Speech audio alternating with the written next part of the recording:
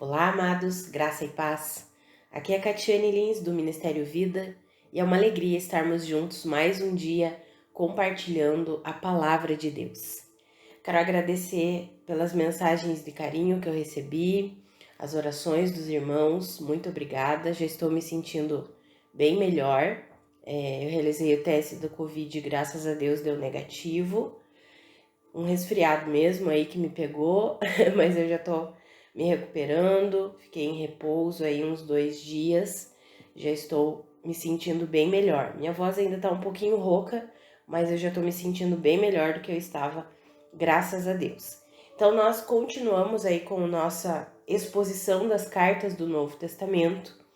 É uma honra compartilhar a palavra de Deus com os irmãos, todos os dias, lendo um capítulo ao dia, compartilhando das Escrituras, que é a verdade de Deus para nós, a palavra de Deus viva, poderosa, eficaz, que nos transforma, que renova a nossa maneira de pensar, que nos molda conforme a imagem e semelhança de Cristo Jesus. Nós sempre encorajamos os nossos irmãos a manterem um relacionamento vivo e pessoal com a palavra de Deus, porque por meio da palavra e do Espírito Santo que em nós habita, nós somos moldados todos os dias para sermos conforme Cristo Jesus. É a nossa caminhada cristã, é o nosso processo de santificação, crescendo, amadurecendo, dia após dia após dia. Isso é glorioso demais, amados. A nossa mudança não é instantânea. Nós não somos transformados instantaneamente. Nós recebemos uma nova vida de maneira instantânea. Cremos em Cristo Jesus, recebemos uma nova vida.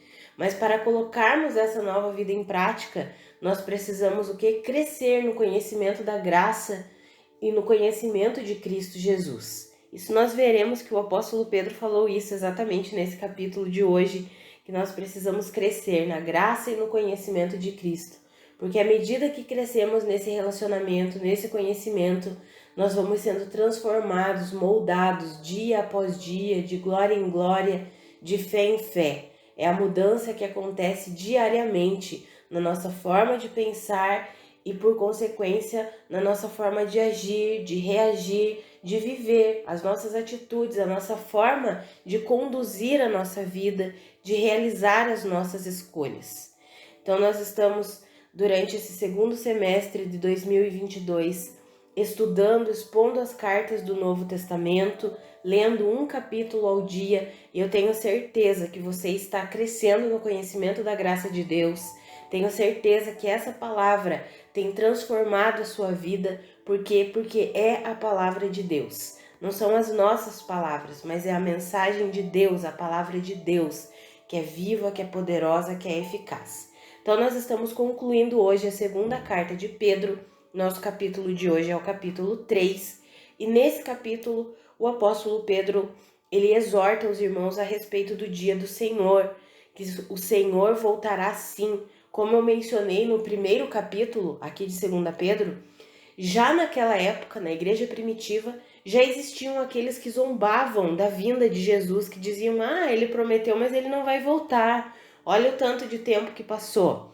Imagine hoje, né, amados? Mais de quase 2000 anos aí, depois da morte e ressurreição de Cristo Jesus, quantas e quantas pessoas zombam da nossa esperança na volta de Cristo, e muitos dentro da igreja tornaram essa volta mística, algo que acontece somente no reino do Espírito, que nós não veremos, que não é algo visível, é algo que já aconteceu. Muitos dizem que já aconteceu de uma forma mística, espiritual.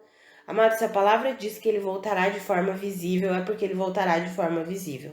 Nós leremos aqui hoje, aqui no versículo 9, nos versículos 8 e 9, o apóstolo Pedro diz, ei, não se esqueçam que um dia para o Senhor é como 1000 anos e 1000 anos como um dia. Ele não tarda como muitos pensam, que ele está demorando para cumprir a promessa dele. Pelo contrário, ele é paciente.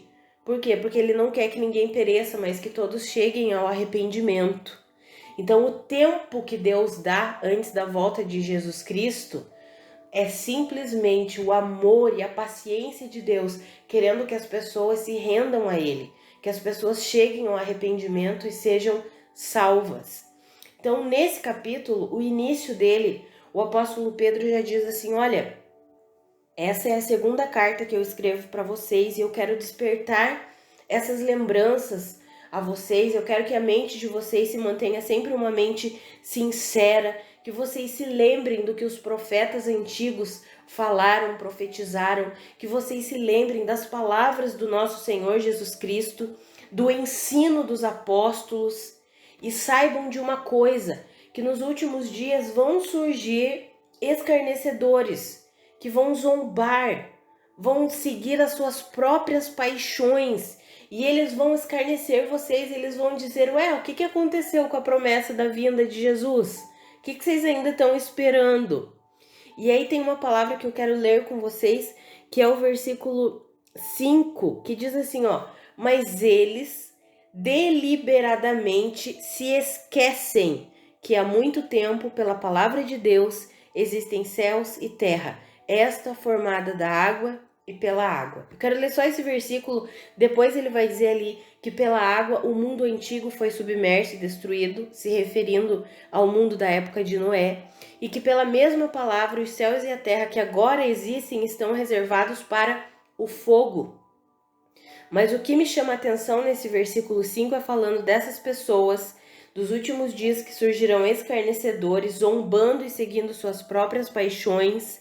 E ele diz que eles deliberadamente se esquecem de que há muito tempo, pela palavra de Deus, ou seja, são pessoas que conhecem a palavra de Deus, mas deliberadamente, intencionalmente, eles inclinam a sua mente, o propósito de vida deles. De propósito eles fazem isso. É isso que significa essa palavra deliberadamente. Eles deixam a verdade da palavra de Deus de lado e começam a crer no que eles querem, a viver do jeito que eles querem viver. Amados, é o que nós temos visto nos dias de hoje, nos nossos tempos, no nosso tempo.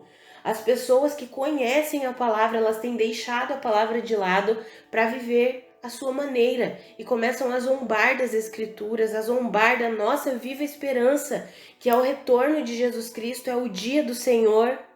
Amados, o dia do Senhor, nós não vamos entrar falando especificamente sobre isso. Eu já mencionei com os irmãos, né? Eu tenho um desejo de fazer um estudo com vocês só a respeito de escatologia, mas deixa que no tempo do Senhor eu tenho estudado isso há uns 2 anos e em nome de Jesus vai chegar o momento de nós compartilharmos sobre escatologia. O dia do Senhor não é um único dia de 24 horas. O dia do Senhor é um período de tempo que engloba vários eventos. Engloba o arrebatamento da igreja, engloba a grande tribulação, engloba a volta visível de Cristo com os seus santos. Então, o dia do Senhor, quando fala aqui que o dia do Senhor, no versículo 10, virá como um ladrão, nós já vimos, quando estudamos as cartas de 1ª e 2ª Tessalonicenses, que o dia do Senhor vem como um ladrão para aqueles que estão despreparados, que não esperam a volta do Senhor. Para eles vem como um ladrão. Mas lá em 1ª Tessalonicenses, o apóstolo Paulo explica dizendo: para nós esse dia não virá como um ladrão. Por quê? Porque nós esperamos a vinda do Senhor.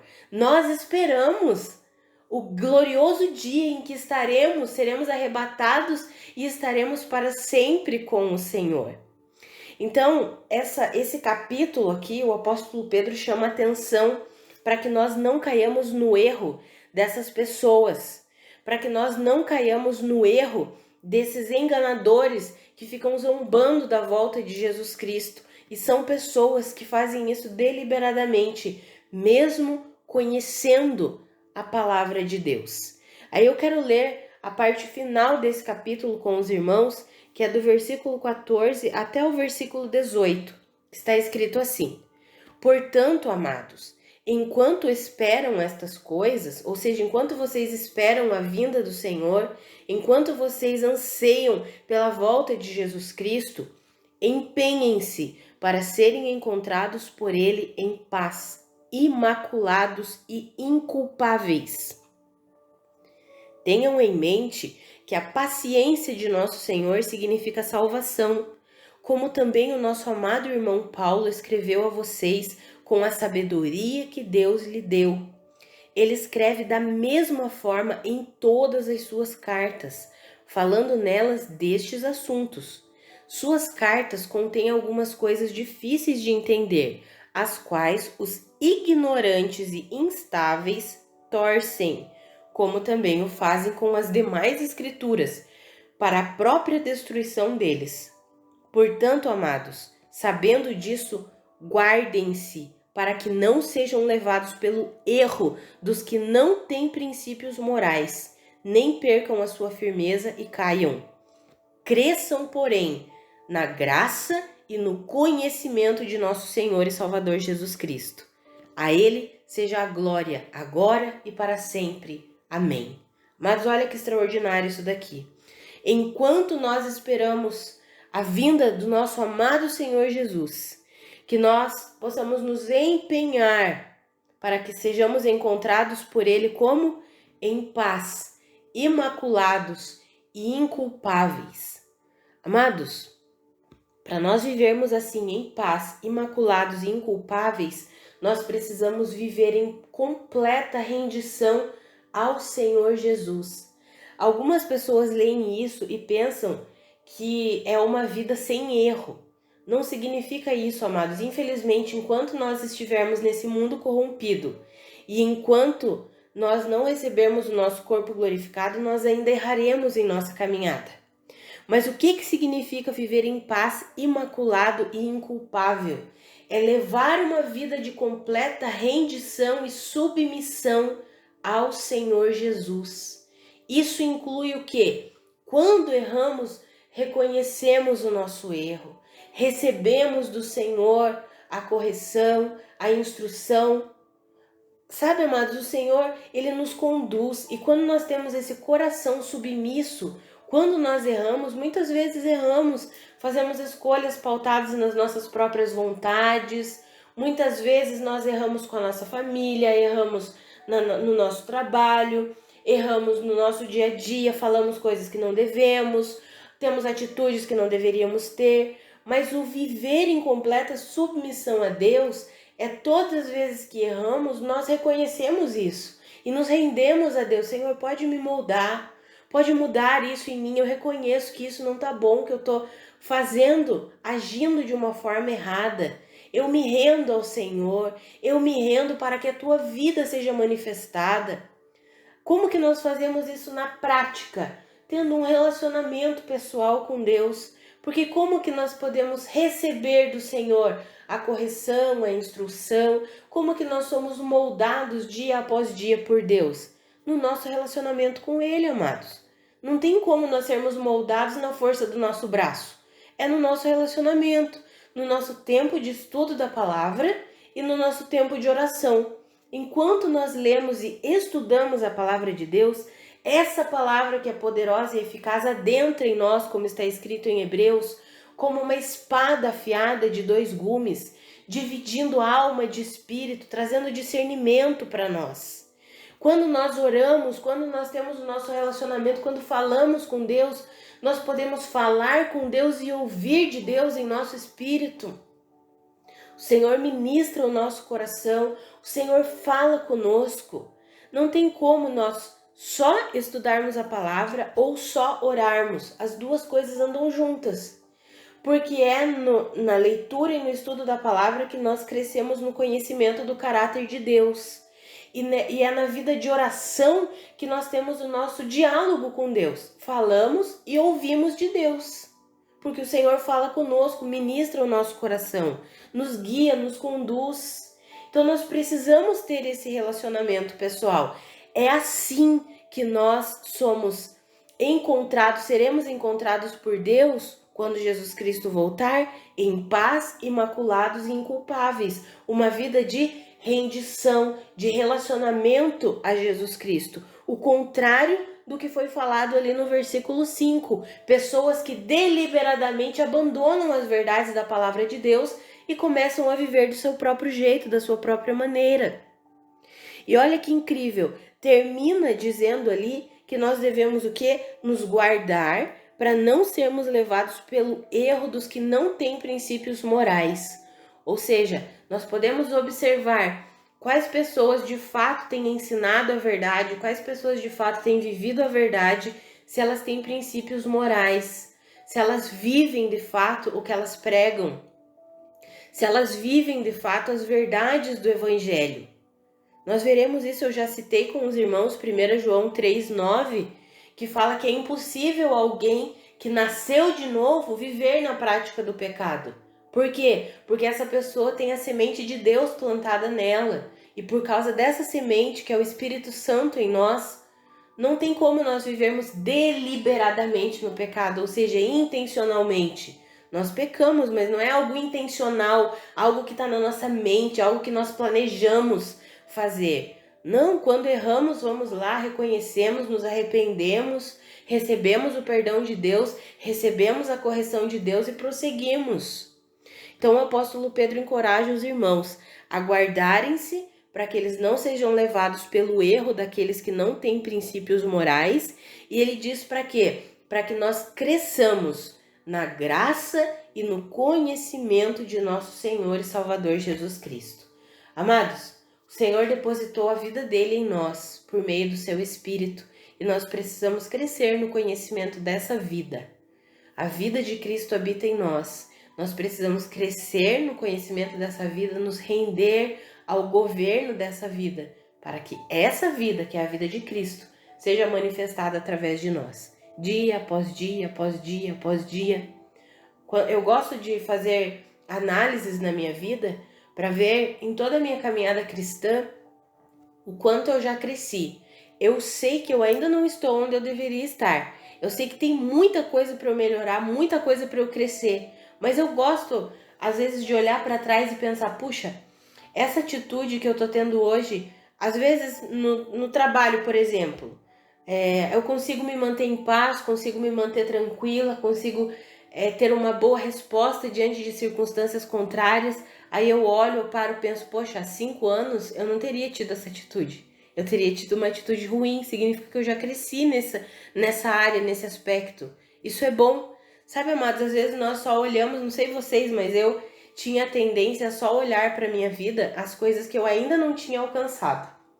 E certo dia, conversando com meu pai e com a minha mãe, meu pai falou assim, filha, você precisa olhar para as coisas que você já alcançou, que você já tem, manter o seu coração esperançoso.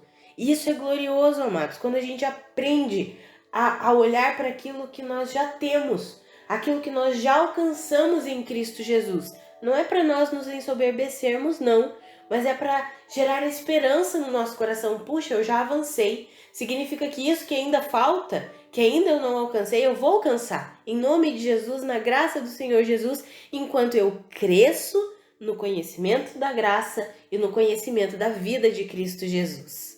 Amados, isso é glorioso e eu encorajo vocês a viverem assim. Façam uma análise da vida de vocês e pensem em todas as áreas da vida de vocês, em termos de sentimentos, emoções, reações, as atitudes, os pensamentos, aquelas coisas que vocês podem analisar e pensar, puxa, há anos atrás eu agiria de uma forma bem equivocada, bem errada.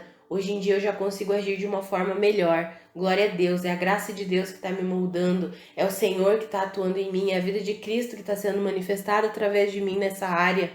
Isso é glorioso, nos traz esperança, nos dá esperança.